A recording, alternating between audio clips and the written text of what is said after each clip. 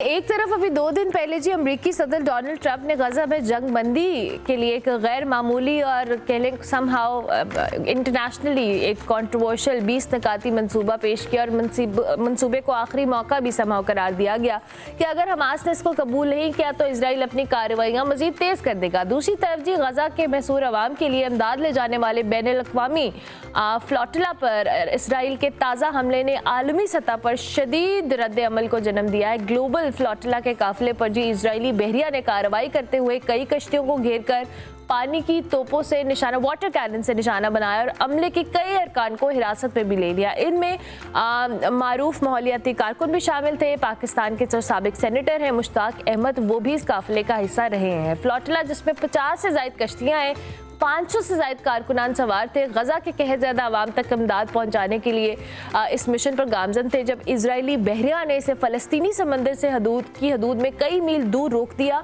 अब सवाल यहाँ पर यह है कि ऐसे हालात में जब इजराइल जारहाना कार्रवाई या रवैया इख्तियार किए हुए है, क्या वाकई सीज़ फायर जंग बंदी का कोई इम्कान बाकी रह गया है? इस पर भी बात करेंगे। लेकिन दूसरी तरफ गुज़िश्ता रोज़ एक और अहम पेशरफ सामने आई जिसमें कतर पर इजरायली मिसाइल हमले के बाद ट्रंप ने एक एग्जीक्यूटिव ऑर्डर साइन किया है जिसमें अमेरिका ने जी दो टोक ऐलान किया है कि कतर की सलामती उनकी अपनी सलामती के मुतरादिफ होगी। किसी हमले की सूरत में अमेरिका इक्तसादी, सिफारती या अस्करी सतह पर रद्द-ए-अमल देगा।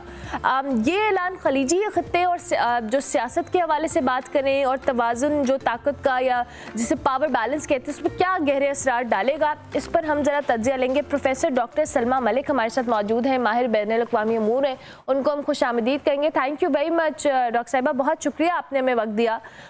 एक तरफ तो हम जंग बंदी और 20 नकाती जो पीस प्लान है इसकी बात कर रहे हैं समहाउ, दूसरी तरफ हम इस तरह की कार्रवाइयाँ देख रहे हैं और ये हम सब के लिए कोई हैरानगी की इसलिए बात नहीं क्योंकि माजी में भी इसराइल ऐसी कई कार्रवाइयाँ कर चुका है जब इमदाद पहुँचने के हवाले से हो, सीज़ फायर का कमिट करके ना उसकी वायलेशन करना हो। क्या तज्जिया है आपका इस पर? जी बहुत बहुत शुक्रिया आपका मुझे अपने मॉर्निंग शो में दावत देने का। माला देखिए, बहुत ही अफसोसनाक सिचुएशन है, पर जो बात आपने आखिर में कही और समअप किया कि ये कोई पहली दफ़ा नहीं है, ये इज़राइल का एक मॉडस ऑपरेंडी है। वो इस तरह हमेशा हरकतें करता रहा है। तकरीबन 10 साल पहले भी इस तरह एक फ्रीडम फ्लोटिला के नाम से जहाज़ गए थे जिसमें बहुत सारे पाकिस्तानी थे, हमारे प्रोमिनेंट जर्नलिस्ट भी थे और उनको भी अप्रीहेंड किया गया था, उनको कैद में ले लिया गया था और इज़राइल ने कहा था कि जी हमें तो पता ही कोई नहीं है हमारे पास कोई पाकिस्तानी है कि नहीं है, बिकॉज़ हम सब जानते हैं कि पाकिस्तान इज़राइल को रिकग्नाइज़ नहीं करता। सो वो गए फ़लस्तीनियों की मदद को थे, बट उन्होंने जिस तरह का रंग दिया, सो ये सारी चीज़ जो है कोई नई नहीं है और ये होती रही और होती रहेगी।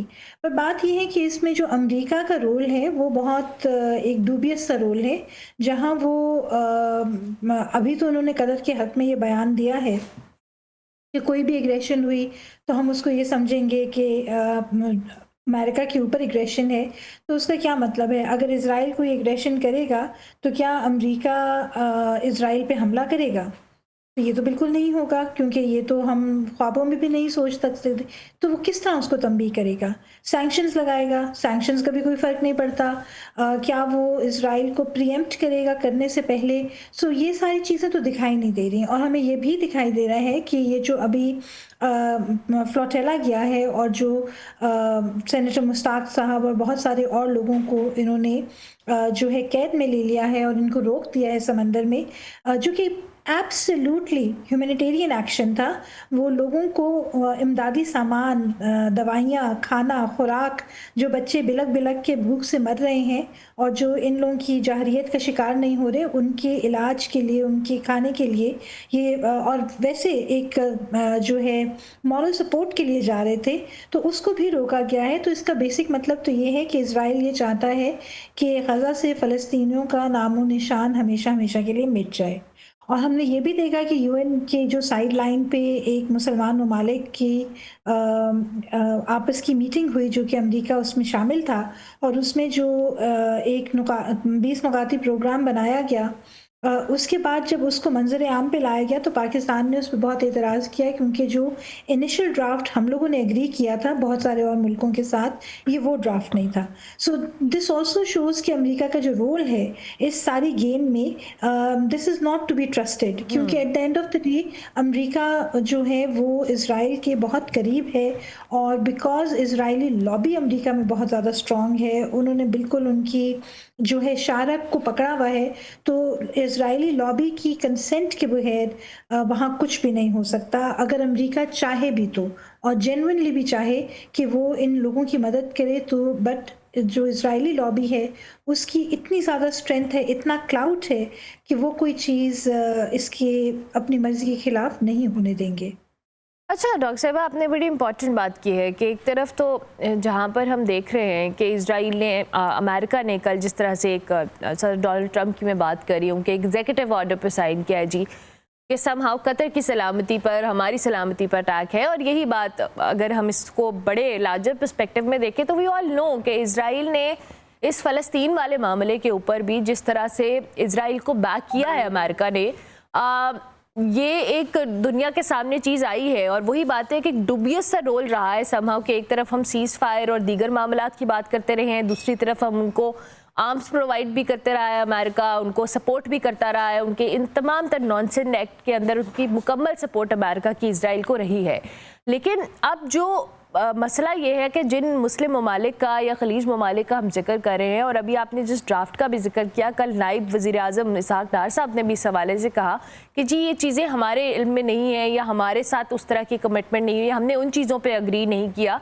इसमें हमें भी डोंट यू थिंक कि अब ज़्यादा कॉन्शियस या कॉशियस होना पड़ेगा, क्योंकि अब जो अमेरिका का रोल रहा है उस मामले में भी?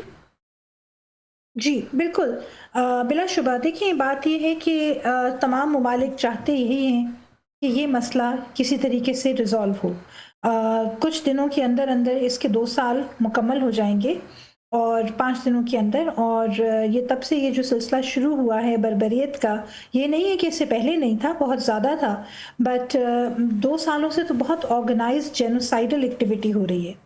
और इसमें जैसे हम लोगों ने अभी भी देखा, और आपने जो पिछला सवाल किया कि जो फ्लोटेलास गए हैं, जो कि इमदादी सामान वगैरह लेके गए हैं, उनको रोकने का मतलब बेसिकली ये है कि आप नहीं चाहते कि उनके पास किसी किस्म की ह्यूमैनिटेरियन एड पहुंचे।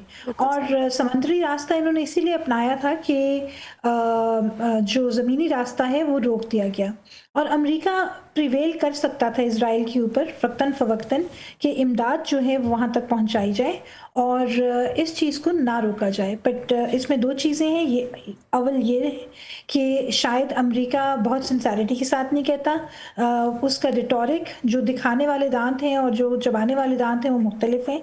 सो एक ग्लोबल ऑडियंस के लिए जो वो बयानबाजी करता है वो मोस्ट प्रोबेबली इजराइल के साथ जो उसके आपस की कॉन्वर्सेशन है उससे बहुत हटकर है। तो एक जो है अंदाज़ा ये हो सकता है। दूसरा अंदाज़ा ये है कि इजराइल अमेरिका की जो सैंक्शन है या अमेरिका की जो इंस्ट्रक्शन है, अमेरिका जो उसको रोकथाम करने की कोशिश करता है वो उसको भी डिफाई करता है। तो इट्स अ डिफाइंड एक्टर और वो उस डिफाइंस में कुछ भी करने को तैयार है, वो अपने सिर्फ मकासद के लिए आगे बढ़ेगा। ना तीसरा जो बहुत इंपॉर्टेंट बात आपने फरमाई जो कि मुस्लिम ममालिक का रोल है जिसमें पाकिस्तान सर फहरिस्त है, सऊदी अरेबिया है। तो मुस्लिम ममालिक प्राइमरली तो यही चाहते हैं कि वहाँ अमन कायम हो किसी भी तरीके से और जंग बंदी फ़ौरन अमल में आए। और उसके लिए हम लोगों ने इन इंटायर सिंसेरिटी ये सारे ममालिक आपस में इकट्ठे हुए और उन्होंने ये डॉक्यूमेंट एग्री किया और साइन किया। बट अगेन फिर हम लोग को ये दिखाई दिया कि इस सारे एपिसोड के बाद भी अनफॉर्चुनेटली जो डॉक्यूमेंट सरेआम आया वो डॉक्यूमेंट नहीं था जिसपे सबका कंसेंसस था। तो दैट ऑल्सो देन शोज कि फिर अमेरिका ऑनेस्ट ब्रोकर नहीं है इस मामले में। और अमेरिका वही चाहता है जो कि कुछ महीने पहले इन्होंने एक ऐलान किया था कि हम यहाँ चाहते हैं कि एक बहुत खूबसूरत सयाही मकाम बन जाए जहाँ से बिलियंस ऑफ डॉलर्स सारे जो हैं अरबी ममालिक अपने पैसे यहाँ डालें और यहाँ बिलियंस ऑफ डॉलर्स की टूरिज्म इन्वेस्टमेंट हो और लोग सारे मिलके एंजॉय करें। तो आप नहत्ते शहरियों और मासूम बच्चों की जान लेके कैसे खुशियाँ मना सकते हैं? और कैसे ये चीज़ हो सकती है, तो ये हमें बड़ा सोचना पड़ेगा। और मुस्लिम ममालिक को अब आपस में बैठ के ये डिसाइड करना पड़ेगा कि हमें किसी बाहर के एलिमेंट की ज़रूरत नहीं है। हमें अब फ़लस्तीनियों के लिए और अपने लिए, ये जंग हम सबकी अपनी है, सिर्फ़ फ़लस्तीनियों की नहीं है। हमें अपने लिए ये सोचना पड़ेगा कि फ्यूचर हमारा क्या है। और अगर हम कोई काइनेटिक एक्शन लेते हैं तो वो जंग की तरफ जाता है, तो ये एक बड़ा ख़तरनाक अंदिया है, बिकॉज़ उसके नतीजे में पूरे का पूरा जो ये खित्ता है, जो कि हम मशरिक़ वस्ता कहते हैं या जो मिडल ईस्ट जिसको कहा जाता है, कॉलोनियल इस्लाम में, तो ये सारा का सारा जो खित्ता है ये एक जंग की लपेट में आ जाएगा और इसके कॉन्सिक्वेंसेस बहुत ज़्यादा शार्प हैं। और उसी वजह से तमाम ममालिक जो हैं वो थोड़ा-सा अपने आप को रोक के बैठे हुए हैं कि हम एक ऐसे नहज पे ना आएँ जहाँ एक थर्ड वर्ल्ड वॉर छिड़ने का ख़तरा हो, वो बहुत ज़्यादा लीथल किस्म की थर्ड वर्ल्ड वॉर होगी। बट जो इज़राइल की जारहियत है वो मजबूर कर रही है कि अब इन ममालिक को कोई काइनेटिक एक्शन लेने के लिए अपने कदम आगे बढ़ाने पड़ेंगे। बिल्कुल ठीक है। लेकिन डॉक्टर सलमा, अभी जो आप बात कर रही हैं इस पे मैं एक पॉइंट आपसे ज़रूर इस पे चाहूँगी कि आप कमेंट कीजिएगा। हम ये जो 20 निकात के ऊपर मुश्तमिल एक पीस प्लान की बात कर रहे हैं, जिसकी पूरी डिटेल्स वाइट हाउस की तरफ से जारी भी की गई, उसमें हमास एक और बहुत अहम स्टेक होल्डर है। आप इन निकात के ऊपर सारे ममालिक बात कर रहे हैं, अमेरिका की स्टेटमेंट्स आ रही है, सारी चीज़ें हो रही हैं, लेकिन एट द सेम टाइम ये बात सबसे इम्पोर्टेंस की हामिल है कि क्या हमास इन मामलात के ऊपर निगोशिएट मुज़ाकरात करेगा तो वो किन बातों पे अग्री करेगा। दो कि अमेरिका की जानिब से एक चीज़ कही गई है कि हमारे पास ये प्लान है, but at the end of the day they are the stakeholders as well somehow. जी, बिल्कुल। पर देखिए, हमास तो तब बात करेगा ना कि हमास की लीडरशिप को इकट्ठा होने देंगे। अव्वल तो ये कि जो इनकी टॉप लीडरशिप थी, इसको पिछले 1 साल के अंदर ख़ास तौर पे टारगेट करके और अंदरूनी एलिमेंट्स की मदद से, ये नहीं है कि बैरूनी एलिमेंट्स की मदद से किया गया है। सो हमारे दरमियान जो हमारे रैंक एंड फाइल में गद्दार हैं, उन लोगों ने इनकी मदद की और उनको उनकी लोकेशंस को ज़ीरो इन किया। प्लस ये कि इज़राइल के पास बहुत एडवांस टेक्नोलॉजी है और बहुत कुछ है। तो आजकल की जो वॉर्स हैं वो मैन वर्सेस मशीन में जो ह्यूमन वैल्यू है वो तो बिल्कुल ख़त्म होके रह गई है। And it's very desensitise and in human warfare, जहाँ जब इंसान को मारा जाता है तो ये देखा जाता है कि क्या प्रोएस है आपकी मशीन की। तो हमास की टॉप लीडरशिप वाइप आउट की गई। अब जो लीडरशिप है, जैसे हमने देखा कि कतर में वो पीस प्लान के लिए मिल रही थी, वो कोई गलत इरादों के लिए नहीं मिल रही थी।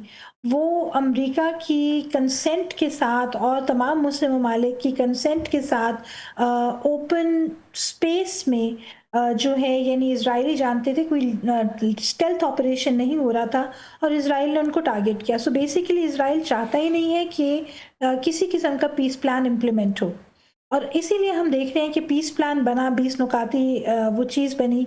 हमास को किस तरह से इन कॉन्फ्रेंस लिया जाएगा, क्या सारे हमास लीडर्स को अलग अलग कॉन्वर्सेशन का हिस्सा बनाया जाएगा। They have to come together and meet. अगर वो इकट्ठे आते हैं तो जैसे नेतन्याहू ने पिछली दफ़ा, और अमेरिका में इनका जो सफ़ीर है उसने पिछली दफ़ा कहा था कि इस दफ़ा तो ये बच गए हैं, बट अगली दफ़ा हमारा निशाना नहीं चूकेगा। तो उसका मतलब क्या है? वो यही है कि हमास को इन कॉन्फिडेंस लिया जाए या ना लिया जाए, हमास अब उनके लिए इरेलीवेंट है। वो चाहते हैं कि हमास को मुकम्मल तौर पे ख़त्म कर दिया जाए, क्योंकि हमास सिर्फ एक ऐसी इकाई है जो कि फ़लस्तीन में किसी किस्म की जहराना मजम्मत करें। बाकी बेचारे लोग तो देर सिटिंग डक्स और वो मारे जा रहे हैं रोज़ सैकड़ों की तादाद में। सो बाकी तो उनके इज़राइल को कोई रेजिस्टेंस नहीं मिल रही, सिर्फ एक रेजिस्टेंस मिल रही है और वो हमास के जो फुट सोल्जर्स हैं उनके ज़रिए मिल रही है और वहाँ से सब कुछ है। सो दे डोंट वांट कि किसी भी किस्म का फ़लस्तीन की तरफ से representation in whatever position of strength हो तो वो सामने आए और वो कहें कि ये चीज़ें हमें कबूल हैं और ये नहीं कबूल। इज़राइल का अमेरिका के साथ मिलके प्लान यही है कि जो भी सोल्यूशन है दैट शुड बी शव down the throats of the people without any consent, और वो एक यूनिलैटरल डिसीजन होगा। और उसका मतलब बेसिकली अब यही है कि फ़लस्तीन जो है वो खुदा ना ख्वास्ता ख़ास तौर पे गज़ा का जो इलाका है वो इज़राइल अब मुकम्मल तौर पे अपने कब्ज़े में करना चाहता है। That's so unfortunate. Thank you very much professor साहिबा, बहुत शुक्रिया। प्रोफेसर डॉक्टर सलमा मलिक हमारे साथ मौजूद थी जी। इस वक्त जो सूरत हाल है उसके ऊपर अपना तज्जिया दे रही थी। मुझे ब्रेक पर